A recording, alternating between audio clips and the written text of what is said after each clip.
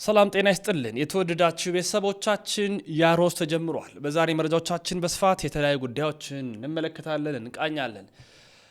መረጃው ለመላው ዓለም እንዲዳረስ ላይክ እና ሼር በማድረግ ትብብር አጋርነታችሁን በማሳየት ከጎናችን እንድትቆሙ የሻትን በቀጥታ ወደ መረጃዎቻችን እናምራለን። ብፁዓን አበው ሊቃነ ጳጳሳት ከሰሞኑ 44ኛ አጠቃላይ መንፈሳዊ ሰበካ ጉባኤ መሳተፋቸው ይታወቃል። በዚህ የተሳትፎ ጊዜ ብዙ ሀሳቦች ተነስተዋል። ብዙ የአቋም መግለጫዎች መሰጠታቸውም እንዲሁ ይታወቃል። ታዲያ ብፁዕ አቡነ ማርቆስ የተናገሩት ግን እንድናስታውሳቸው ሁሌ የሚያደርግ ንግግር ተናግረዋል። ብፁዕ አቡነ ማርቆስ እንደምናስታውሳቸው አረጋዊ አባት ናቸው። የስብከተ ወንጌልና ሐዋርያዊ አገልግሎት ላይ የበላይ ጠባቂ ሊቀ ጳጳስ ናቸው። እውነቱን እውነት ብሎ ይናገራሉ። ጠንከር ያለ ሀሳብ ያነሳሉ። በጉባኤ ታዳሚዎች ፊት ምን አሉ የሚለውን ነገር ላስደምጣችሁ ወደድኩኝ። አንድ ትልቅ ነገር አለ አሉ ብፁዕነታቸው። ትልቅ ነገር አለ። የድንግል ማርያም ስዕል አድኖ ማጨማደድ፣ መርገጥ ፈጽሞ መከራ ሊያመጣ የተዘጋጀ ትውልድ ነው። ዝም ልንል አይገባም አሉ። ዝም ተብሎ ነበር። ጉባኤ አልተወያየበትም። በነገራችን ላይ አጠቃላይ ማህበራዊ ሚዲያ ብሎ ታለፈበት እንጂ ይሄ ነው ተብሎ ትኩረት ሰጥቶ አልተነጋገረበትም። ግን ብፁዕ አቡነ ማርቆስ አንስተዋል። እናት የሌለው ክርስቶስ የለንም።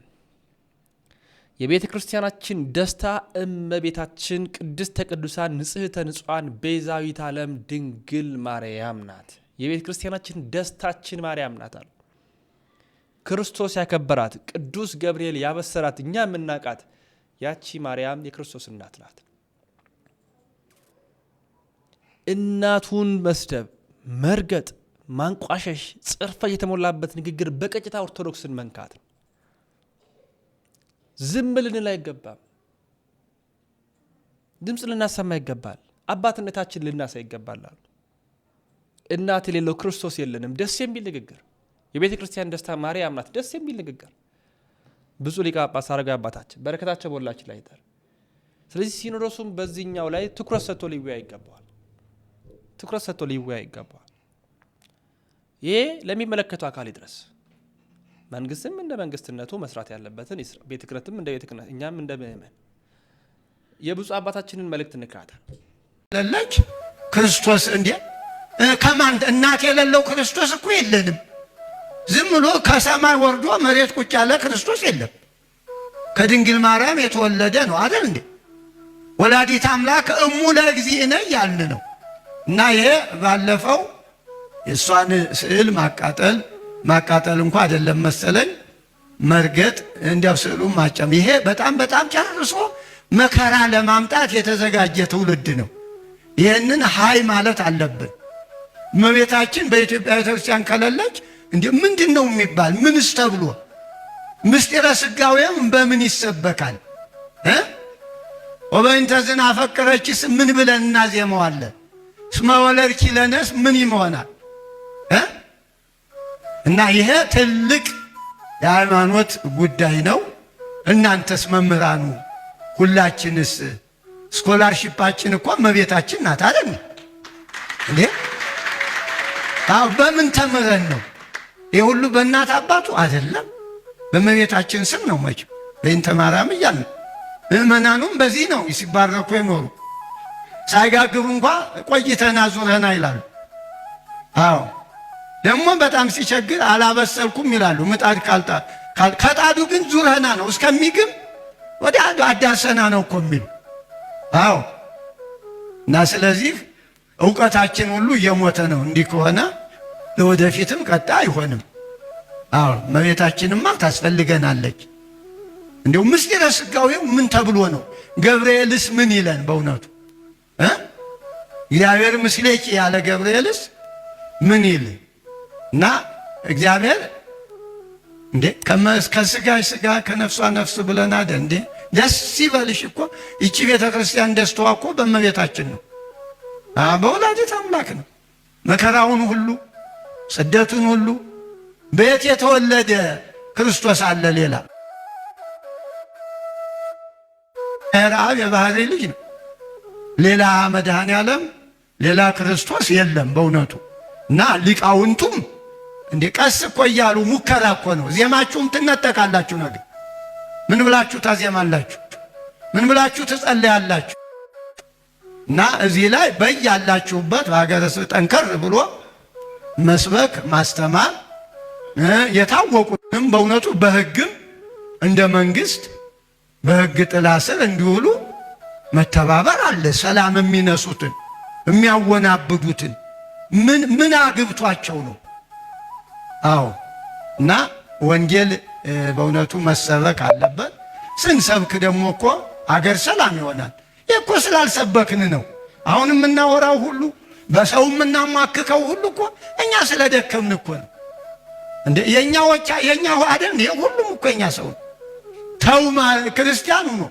እንዴት ክርስቲያኑ ነው ወንድምህን ትገላለህ ብንል አይገለም። እርግጠኛ ነኝ አቅም አለ እኮ። የኛ አቅም እውነቱን መናገር ነው። እውነት አቅም ነው። እውነት ኃይል ነው። እና ስለዚህ በእውነቱ አዲስ አበባ ሀገረ ስብከትም እንግዲህ ብፁዕ አቡነ ሕርያቆስ እርስዎም በርቱልን። እዚህ እንደዚህ አምሮብን ሳለ ደግሞ በሌላም ቦታ ደግሞ ምዕመናን ፈናቀላሉ፣ ይገደላሉ፣ ቤተ ክርስቲያን ይቃጠላል። ያን ወንዝ የተሻገር ብፁዕ አቡነ አብርሃም ብፁዕ አቡነ ጴጥሮስ አንድ ስለሆኑ ያው እግዚአብሔር እስከፈቀደው አሻገሩ። ደግሞ እነዚህ ተቀብለው አዎ። እና ዛሬ ሞት እየረገጣችሁ ነው የመጣችሁ። በእውነት ሞት እኮ ነው የሚረገጠው። ከአንዱ ወደ አንዱ መሄድ አይቻልም።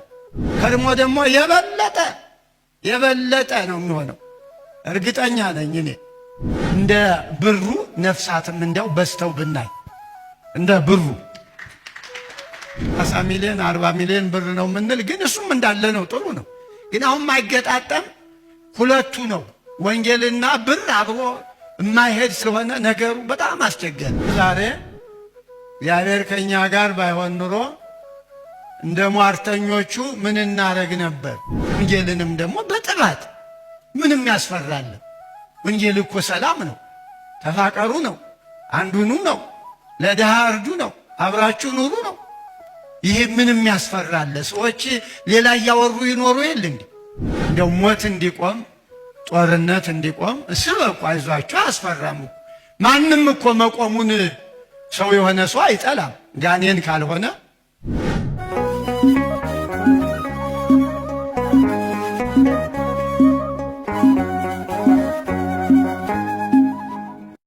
ብፁዕ አቡነ ማርቆስ ለወንጌል ጊዜ መስጠት እንደሚገባ ደጋግመው አጥብቀው ተናገሩ።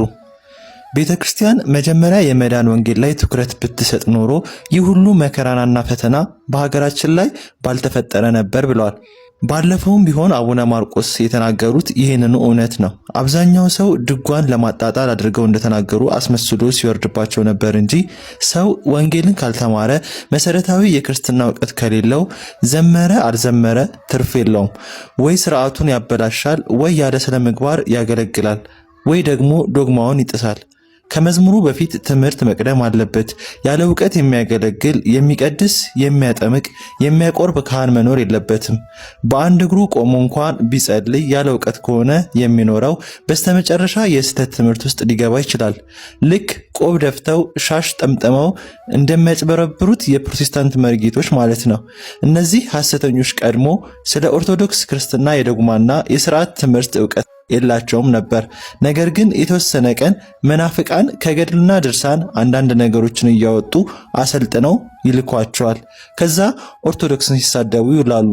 የብፁዕነታቸውን መልእክት አተኩረን አድምጥ። እዚህ እንደዚህ አምሮብን ሳለ ደግሞ በሌላም ቦታ ደግሞ ምዕመናን ፈናቀላሉ፣ ይገደላሉ፣ ቤተ ክርስቲያን ይቃጠላል። ይሄ እንግዲህ ያው መጠንከር አለብን ነው። አዎ እስከ ዓለም ፍጻሜ አልለይም ነው ያለ። የአንድ ዘመን አይደለም የቤተ ክርስቲያን ጉዞ፣ የአንድ ዘመን አይደለም። ያ ባይሆን ኑሮ ዛሬ እግዚአብሔር ከኛ ጋር ባይሆን ኑሮ እንደ ሟርተኞቹ ምን እናረግ ነበር? በእውነቱ እንደሚወራው ማለት ነው። ግን ቤተ ክርስቲያኒቱ በመስቀል ላይ ስላለ መስቀል ስለተሰበከባት ቅዱስ ጴጥሮስ ጥዩቀ እንከ ያእምሩ ኩሉ ቤተ እስራኤል ነው ያለ። መላው ቤተ እስራኤል ይህን ይወቅ። ከመ እግዚአ ወመሲሐ ረስዮ እግዚአብሔር ለውእቱ ኢየሱስ ለአንትሙ ሰቀልክምዎ። እናንተ ሰቅላችሁ የገደላችሁት ኢየሱስን አስነሳው። ሰቅላችሁ የዚህ ጊዜ ነው ልባችሁ የተነካ። አሁን እኛ አልሰበክልን ያለ እውነቱን ወደ ጎን እየተውን ለሰው ይመቻል የሚለውን ስለምንሰብክ ነው እንጂ ሰቅላችሁ የገደላችሁት ነው። ዛሬም እንዲህ ነው መስበክ። የሚሰቀሉትን ሰቃዮችን ሰቅላችሁ የገደላችሁት። ይሄ ካልሆነ የሰውን ልብ አናገኝም። አምሮብናል። ጥሩ ነው በእውነት። ብፁዕ ሥራ አስኪያጅም እድለኛ ነዎት፣ ብፁዓና ጸሐፊም። ያው እንግዲህ ሲኖዶስማ መቼም ሲኖዶስ ነው። አንተስ አንተ ክመ ነው።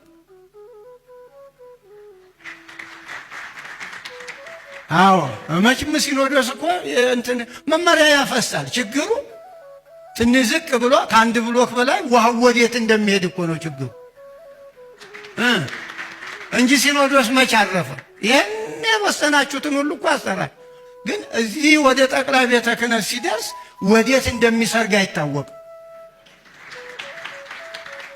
እና በእውነት ልዩ እኮ ነው አሁን ውበቱ፣ ድምቀቱ በጣም ትናንት እንደተናገሩት እዚህ ላይ የመሰለ እንደው ጡረታ የወጣው መኪና ላይን አይመችም ነበር። አሁን ይህም ውልጭ ብሎ እንዲህ ሲታይ በእውነቱ አቡነ ሳዊሮስንም አመስግኑልን። አቡነ ዲዮስቆሮስንም ሁለቱ አንድ ናቸው። ሁለቱ አንድ ካልሆኑ የልመና በሬ ነው የሚሆነው።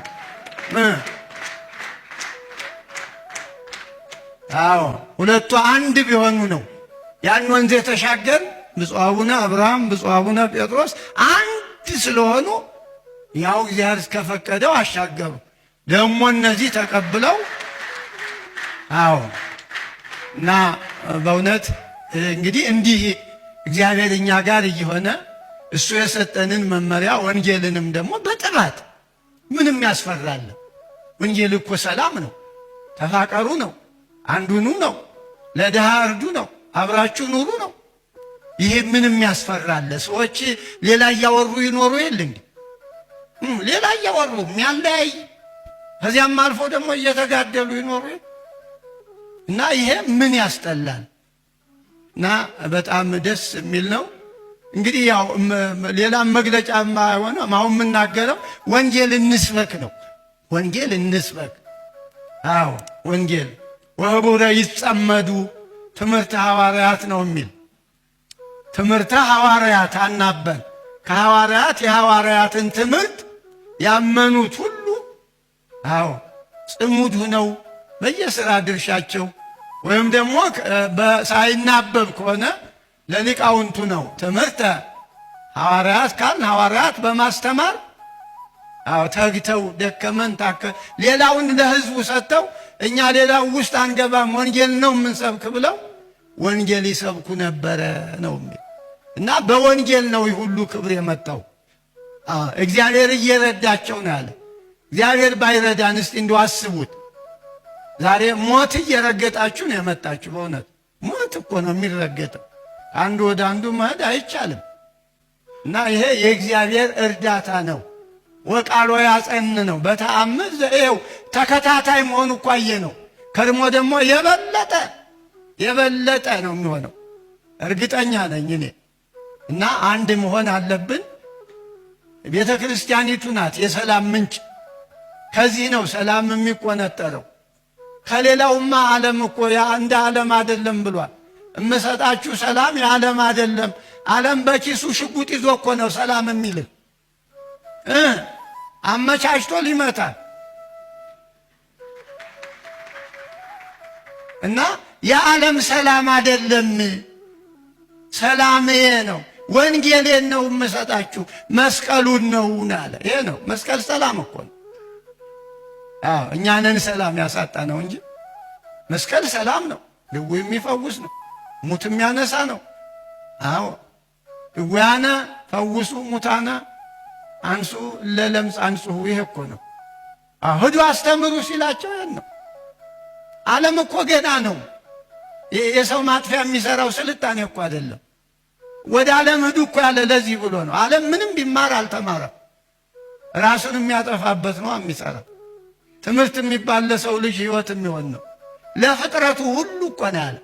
ወደ ዓለም ሂዱ ወንጌልን ስበኩ ለፍጥረቱ ሁሉ ነው።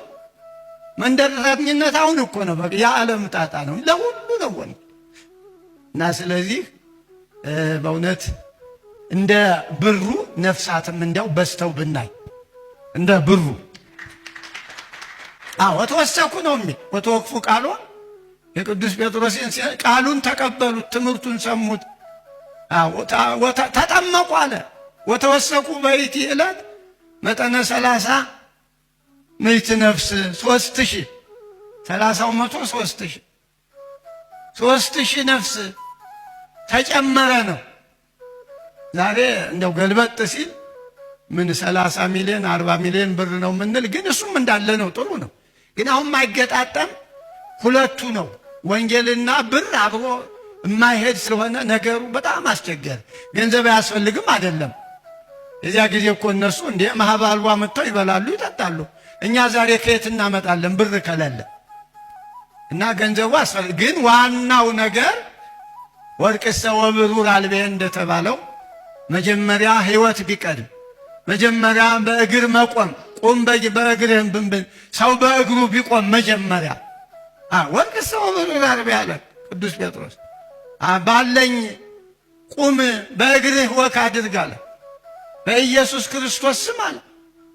እና ዛሬ ሽባ የሆነውን ዓለም በእውነቱ ገንዘቡ ምን ያደርጋል? በእግሩ መቆም ቢችል እሱ ነበር እኛን ተመልከቱ የምንልበት አቅም ቢኖረን። ወደ እኛ ተመልከት ነው ያለ። ወደ እኛ ዛሬ እኛን ሰው እንዲመለከተን በእኛ መስመር ቁመን መገኘት አለብን። በሐዋርያት ስልጣን፣ በሐዋርያት ትምህርት፣ በሐዋርያት ቃል ብዙ ታምር ይደረጋል ነው። በሲኖዶስ ቃል፣ በሲኖዶስ ስልጣን፣ በሲኖዶስ ትምህርት ዛሬ ሌላ ማን ይመጣል እንግዲህ? ወብዙ ተአምር ወመንክር በእደዊሆሙ ለሊቃነ ጳጳሳት ነው።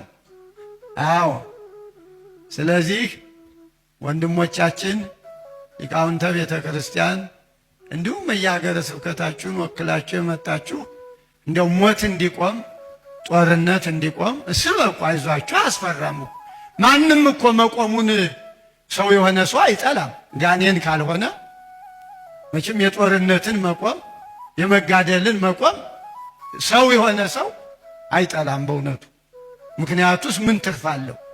ሰው ወንድሙን ወንድሙ እያጣ ይሄ ምንስ ትርፍ ይባላል?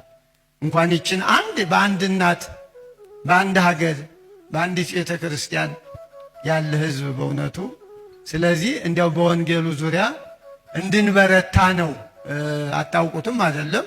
ግን ቅድሚያ እንደው አሁኑ ይትቅትል የሚለውን አትግደል የሚለውን ከኔ በቀር የሚለውን ይሄ እኮ የእግዚአብሔር ቃል ነው። ይህን ካላልንማ ምን እንላለን? ወንድምህን ውደድ ካላል፣ ባልንጀራህን ውደድ ካላል ምን ይሆን ዓለምህ? ማን ይንገረው? በማናፊን ነገር እና ይህንን እውነት ጠበቅ አድርገን በየሄድንበት መቼም እኮ መጽሐፉ ይናገራል። እደውን ለመጠው ነፍሶሙ ነው። ሰውነት አሳልፎ የሚሰጡ ወንጌል እንዲያ ካልሆነ እኮ አይሆንም። እደውን ለመጠው ነፍሶሙ በእንተ ስሙ ለኢየሱስ ክርስቶስ ነው። ስለ ክርስቶስ ስም ሕይወታቸውን አሳልፈው እናንተም ሰጣችኋል እኮ። አሁኑ የዛሬው እንደዚያ ነው። እንደዚህ ቆራጥ ባትሆኑ ወደዚህ ለመምጣት ያዳግታል እኮ እና መጠንከር አለብን ነው። ሌላው ደግሞ እንዲያው እስካሁንም ያልሰማሁት አንድ ትልቅ ነገር አለ። በዚህ በእመቤታችን ዙሪያ የተሞከረው ይክሸፍ አይክሸፍ እንጃ። እሱን በጣም በእውነቱ በግልጥ እንዲያው እመቤታችን ከሌለች ክርስቶስ ከማን እናት የሌለው ክርስቶስ እኮ የለንም። ዝም ብሎ ከሰማይ ወርዶ መሬት ቁጭ ያለ ክርስቶስ የለም። ከድንግል ማርያም የተወለደ ነው አይደል እንዴ? ወላዲት አምላክ እሙ ለእግዚእነ ያልን ነው። እና ይሄ ባለፈው የእሷን ስዕል ማቃጠል እንኳ አይደለም መሰለኝ መርገጥ፣ እንዲያው ስዕሉ ማጨም፣ ይሄ በጣም ጨርሶ መከራ ለማምጣት የተዘጋጀ ትውልድ ነው። ይህንን ሃይ ማለት አለብን። እመቤታችን በኢትዮጵያ ቤተክርስቲያን ከሌለች እንዴ ምንድን ነው የሚባል? ምንስ ተብሎ ምስጢረ ሥጋዌም በምን ይሰበካል? ወበእንተ ዝናፈቅረኪስ ምን ብለን እናዜመዋለን? እስመ ወለድኪ ለነስ ምን ይሆናል? እና ይሄ ትልቅ የሃይማኖት ጉዳይ ነው። እናንተስ መምህራኑ ሁላችንስ ስኮላርሺፓችን እኮ እመቤታችን ናት አይደል እንዴ? በምን ተምረን ነው? ይህ ሁሉ በእናት አባቱ አይደለም፣ በእመቤታችን ስም ነው። መቼም በእንተ ማርያም እያልን ምእመናኑም በዚህ ነው ሲባረኩ የኖሩ። ሳይጋግሩ እንኳ ቆይተና ዙረና ይላሉ። አዎ ደግሞ በጣም ሲቸግር አላበሰልኩም ይላሉ። ምጣድ ከጣዱ ግን ዙረና ነው እስከሚግም ወደ አዳሰና ነው እኮ የሚሉ። አዎ እና ስለዚህ ዕውቀታችን ሁሉ እየሞተ ነው። እንዲህ ከሆነ ለወደፊትም ቀጣ አይሆንም።